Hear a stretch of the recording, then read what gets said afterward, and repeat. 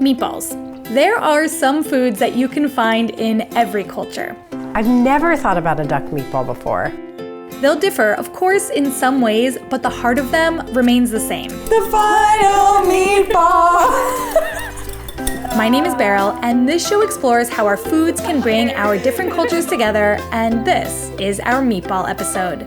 Today, I've paired up Stacy and sisters Celine and Tara to swap their favorite meatball recipes from their cultures. I feel so special that we get to make this a real family recipe. Stacy will make Celine and Tara's lemongrass wrapped Indonesian satay lilit. I've not cooked any Indonesian food. And Celine and Tara will roll out the famous Greek meatball dish, yorvalakia. I have never had yorvalakia. I've never even heard of it. Oh my gosh, it smells amazing. Oh, it smells amazing. Oh! Yeah.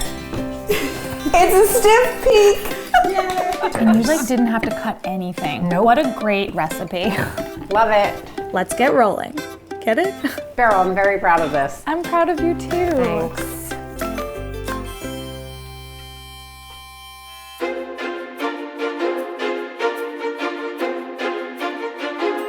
Dear Stacy, this is Tara. And I'm Celine. And today you're going to be making Indonesian satay lilit Bali. Celine and I live in Los Angeles right now, but our American parents met in Bali, one of thousands of islands in Indonesia. We were raised there.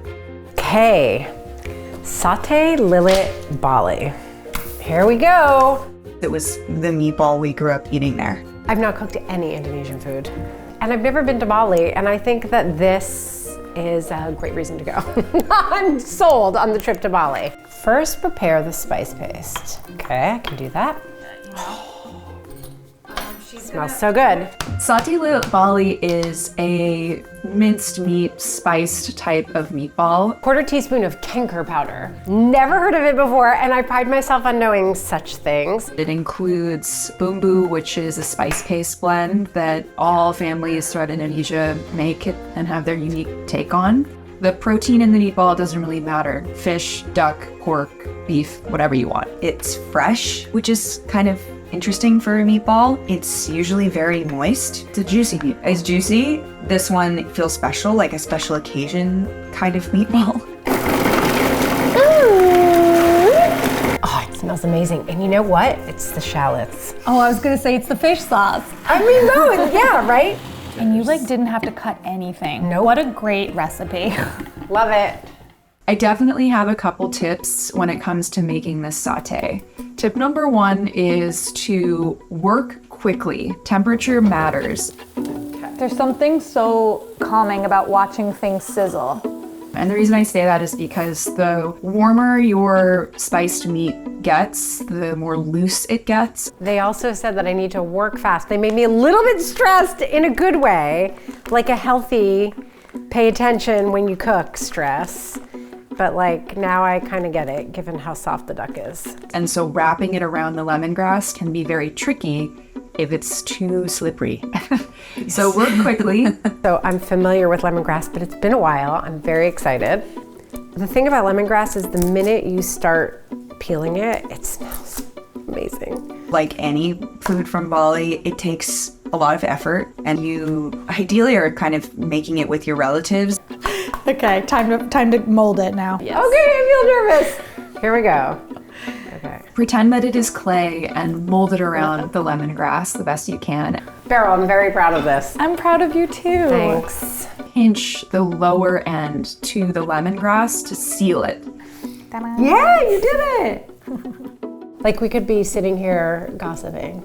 I have a lot of gossip. I want to know, actually, Beryl. You're gonna have to cut. Tell me.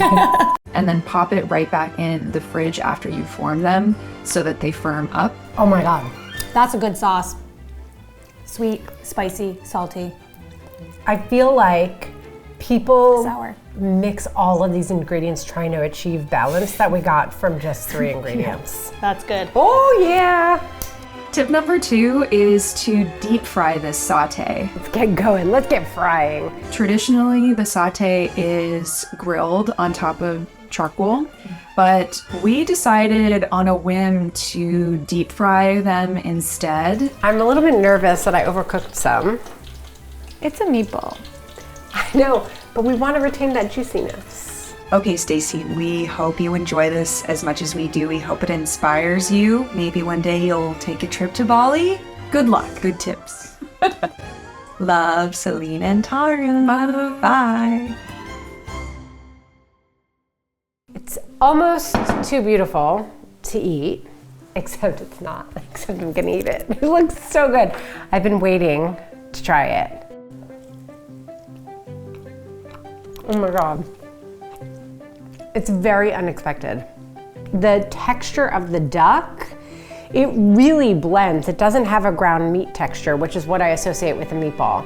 It's really just this like mixture that's holding together all this coconut that just has like tons of layers of flavor. Salty and spicy and sweet.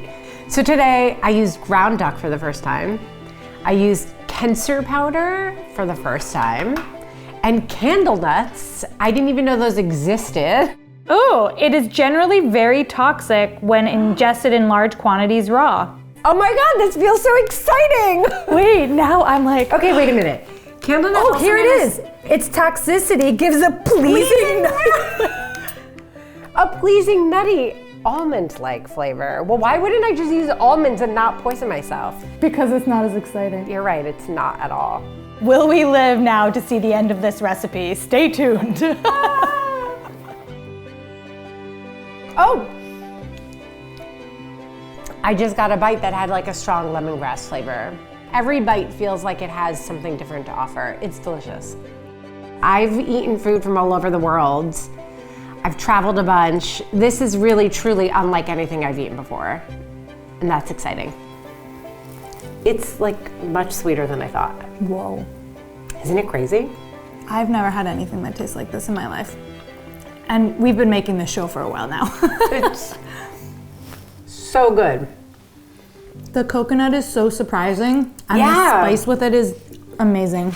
And isn't it less spicy than you thought? It's a slow heat that kind of builds, but it's not.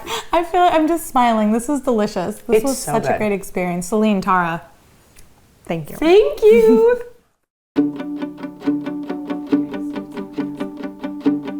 Hi, Celine and Tara. I'm Stacy, and you are going to be making Greek youvarlakia.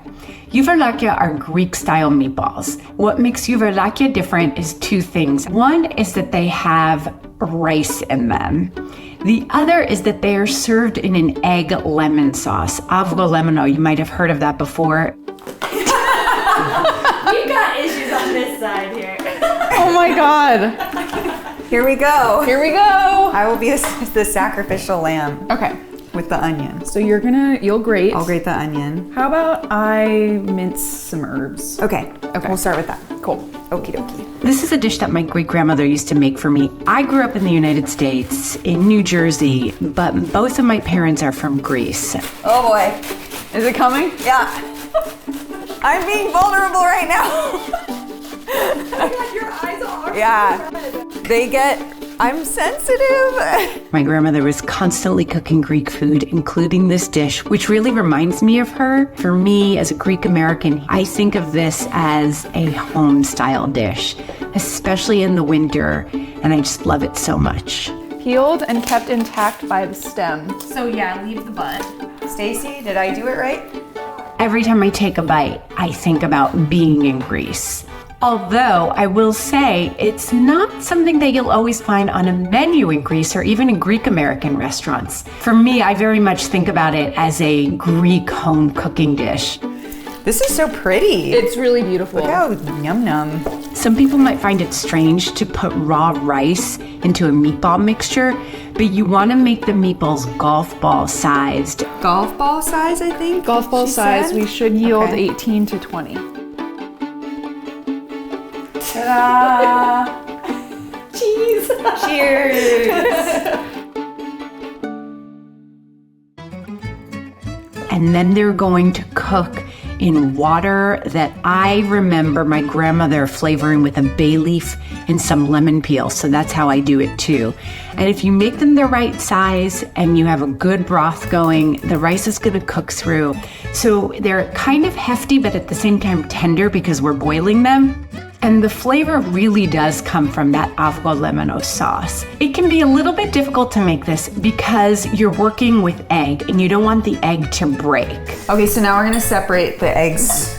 Egg whites from the yolks. Yeah, I'm nervous. Don't be nervous. Guys, don't look at me.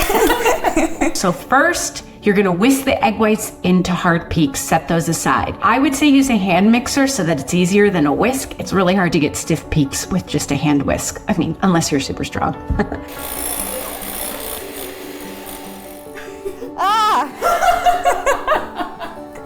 Okay, wait. Oh! Yeah. It's a stiff peak. Then you're gonna whisk lemon juice into the egg yolk, and then you're gonna add that to the egg whites and fold it really gently. This is beautiful. Yeah, the color is gorgeous.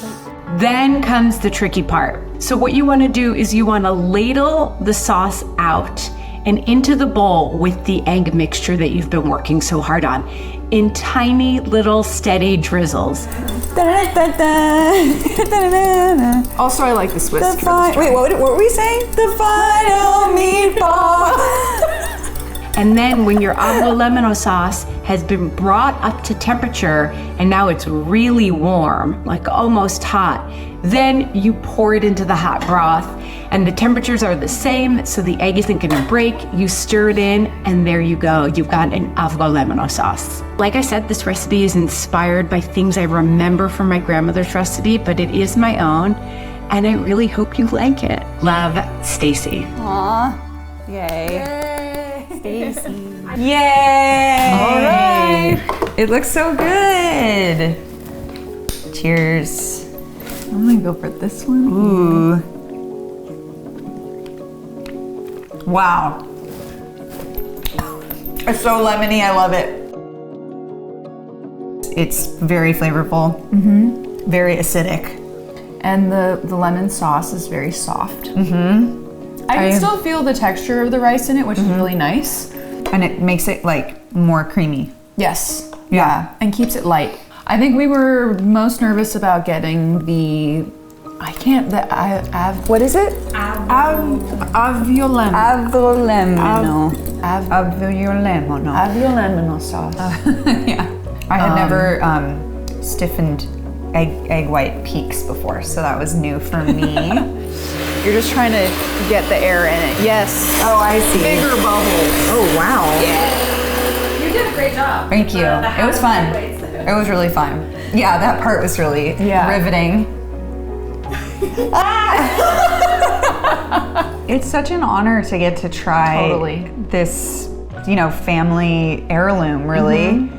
Like an immediate handshake with a generation past. Yeah. Kind of thing. Wait.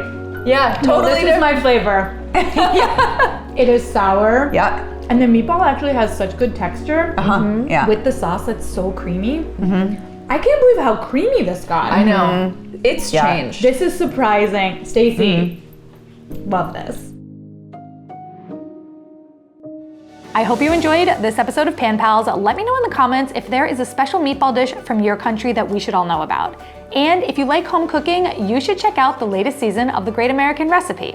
The show features 8 talented home cooks in a competition that celebrates the diversity and flavors of foods across the US. You can watch the first episode here on the PBS Food YouTube channel and check out the rest of the season every week on the PBS app and your local PBS station. Check it out in the links and in the description.